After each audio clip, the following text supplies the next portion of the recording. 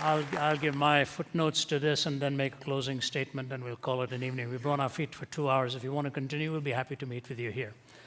Thank you for the question. And before you go into an auditorium, if you give a sheet of paper and ask us to write 20 possible questions, that'll come. We've never heard a new one in all of these years that go by. They're pretty much the same questions.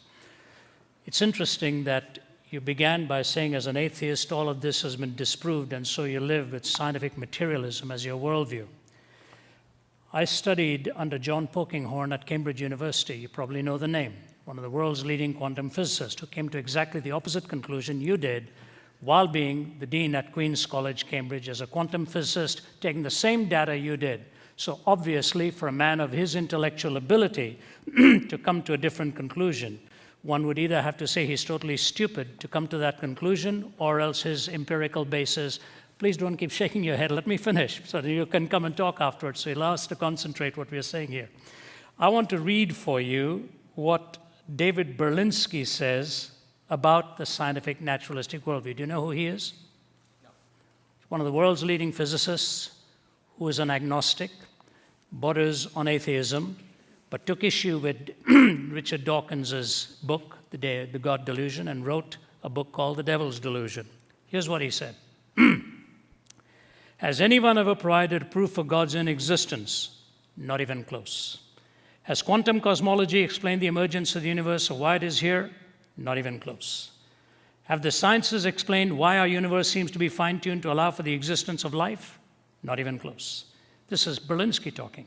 Are physicists and biologists willing to believe in anything as long as it is not religious thought?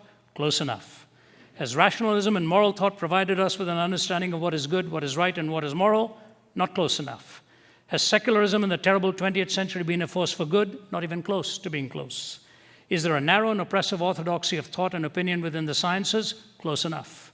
Does anything in the sciences or in their philosophy justify the claim that religious belief is irrational? Not even in the ballpark. Is scientific atheism a frivolous exercise in intellectual contempt? Dead on.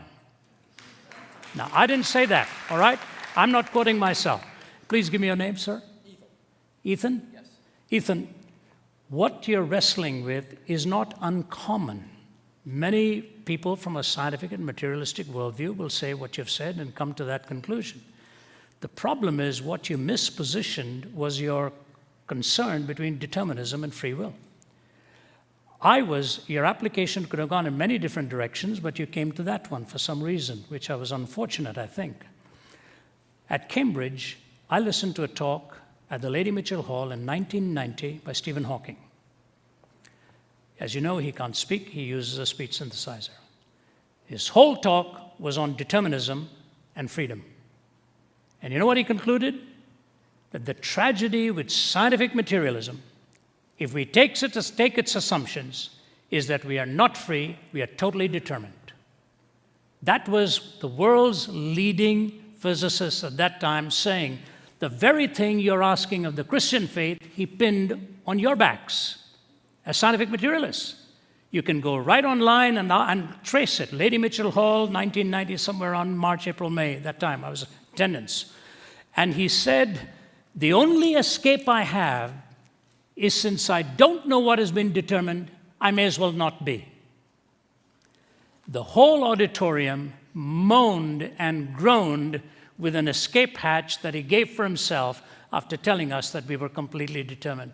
That's Berlinski's issue. That is actually even what people like Dawkins will concede, or Pinker. You read Steven Pinker and the others. So totally determined. So the question is, were you free to ask this question? Yep. I don't believe any of us actually have free will because we are strictly material. So you're actually, as a machine automaton, asking me this question? We are all made up of our past experiences. Okay, but you're not free then. You're not free. You're not making a truth statement. My true statement. I mean, what I'm saying is our memories and our states. No, hear me carefully. Okay.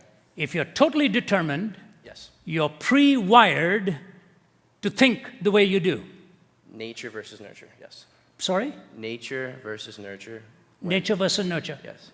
Regardless, okay. The nurture may provide a different environment, but sure. The nature is you're hardwired yes. to come out with a certain conclusion.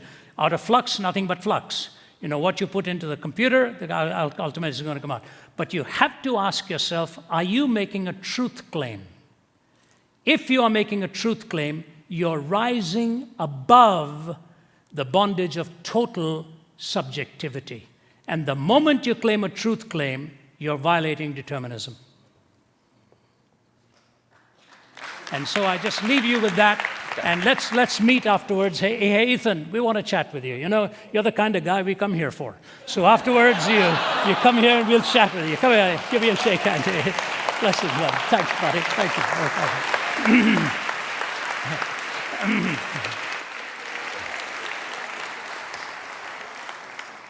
You know, I live in a condominium where there's so much of noise that sometimes goes on, and I phoned the property manager and said, you know, when I write, even the sound of anything distracts me. And so she said, play some music. I said, what? You know, so that's why I'm sorry if I checked you on the shaking of the head. If I get distracted, I can't stay on track. You know, so my apologies on that.